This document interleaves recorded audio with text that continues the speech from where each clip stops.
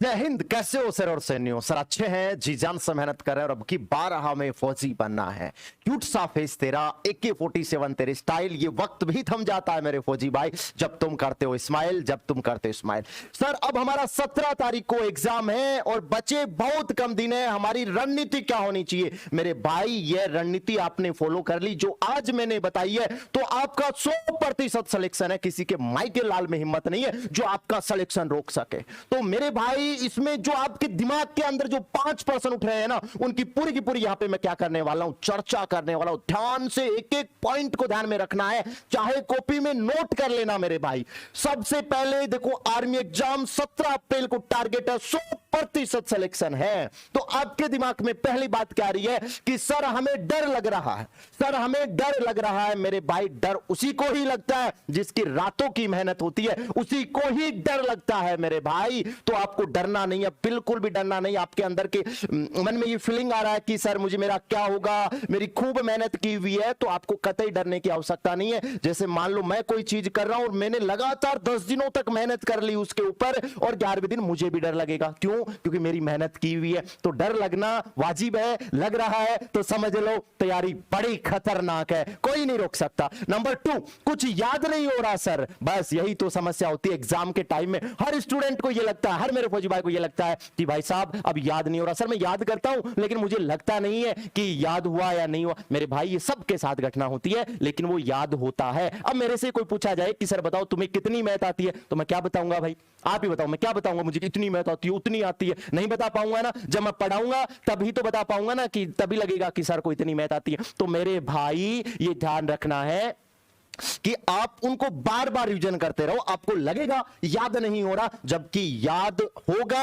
और जब आपके सामने प्रश्न आएगा ऑटोमेटिकली आपका प्रश्न क्या हो जाएगा? सही हो जाएगा। विश्वास बनाए रखिए अपने ऊपर, पूरा कॉन्फिडेंस रखिए, फाड़ देंगे, धुआं धुआं कर देंगे, देख लेंगे पेपर में क्या आता है। 3rd नंबर, अब क्या पढ़े सर?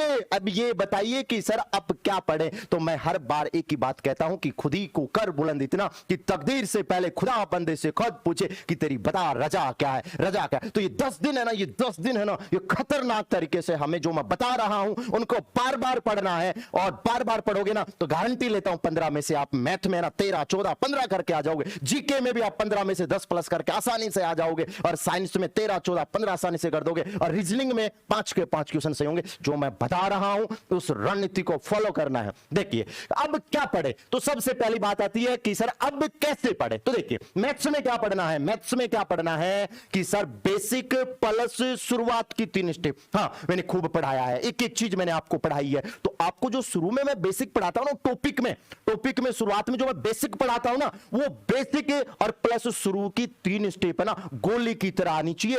AK-47 भी फेल हो जानी चाहिए, इतनी भयंकर तरीके से वो हमें 3 स्टेप और बेसिक क्लियर होना चाहिए। और ये आप ये टारगेट लेके चलोगे ना तो सुबह से शाम तक निपटारा कर दोगे मेरे भाई।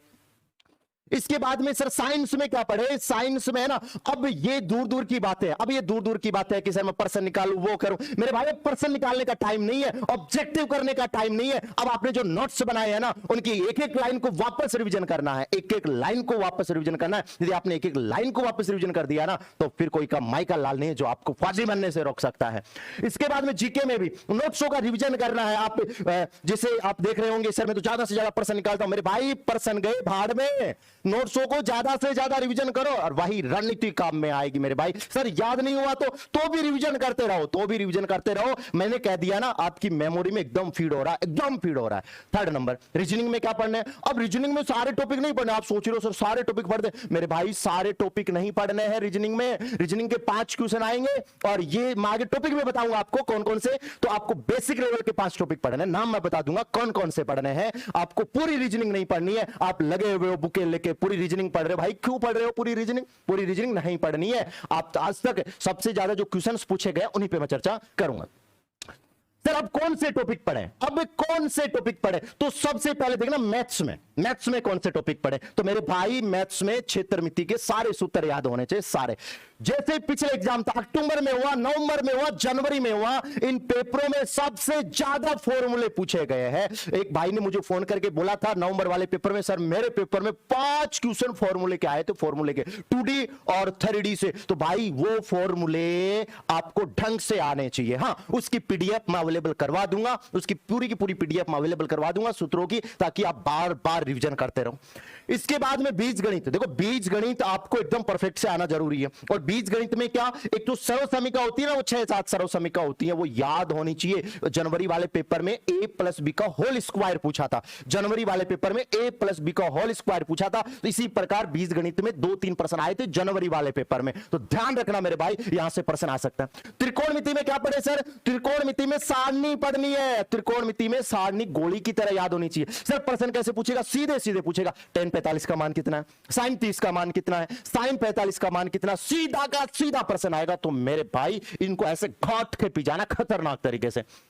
और लोग आपका और कितने शब्द बनाए जा सकते हैं, तो मैंने पढ़ाया भी है, अपने चैनल पे देख लो, वीडियो भी डाल रखा है कि ARSE से कितने शब्द बनाए जा सकते हैं, ट्रिपल से कितने शब्द बनाए जा सकते हैं। और लॉग की भी जानकारी होनी चाहिए। लॉग कोई टफ नहीं है, बहुत नॉर्मल टॉपिक है। यदि लॉग से प्रश्न पूछ लिया तो इसका नहीं आएगा, और शब्द वाला प्रश्न पूछ लिया तो लॉग का नहीं आएगा। इन दोनों में से एक प्रश्न 100% आएगा। बहुभुज आर्मी का फेवरेट पर्सन है, बहुभुज आर्मी का फेवरेट पर्सन, यहां से 100% प्रश्न आएगा। इसके बाद में बोर्ड मास, इसके बाद में प्रतिशत लाभ हानि, इसके बाद में आयु का टॉपिक भी यहां पे इंपोर्टेंट है, और एक औसत का टॉपिक भी जो मैंने बताया। इनकी शुरू की 3 स्टेप पढ़ लेना, नहीं पार लग जाएगी। MDHW पढ़ना है, चक्रवर्ती ब्याज और SI पढ़ना है, घातांक करनी पड़ना है। नंबर सिस्टम में विभक्त के नियम याद होने चाहिए, नंबर सिस्टम में विभक्त के नियम याद होने चाहिए। पिछले पेपर में पूछा था कि वे संख्याएं जिनमें 2 का भाग पूरा का पूरा जाता, सम विषम वाला भी हमें याद होना चाहिए। विभक्त का नियम भी पूछा था, निम्न में से कौन सी संख्या 3 से विभक्त है। तो ये प्रश्न आपको एकदम परफेक्ट तरीके से आना चाहिए।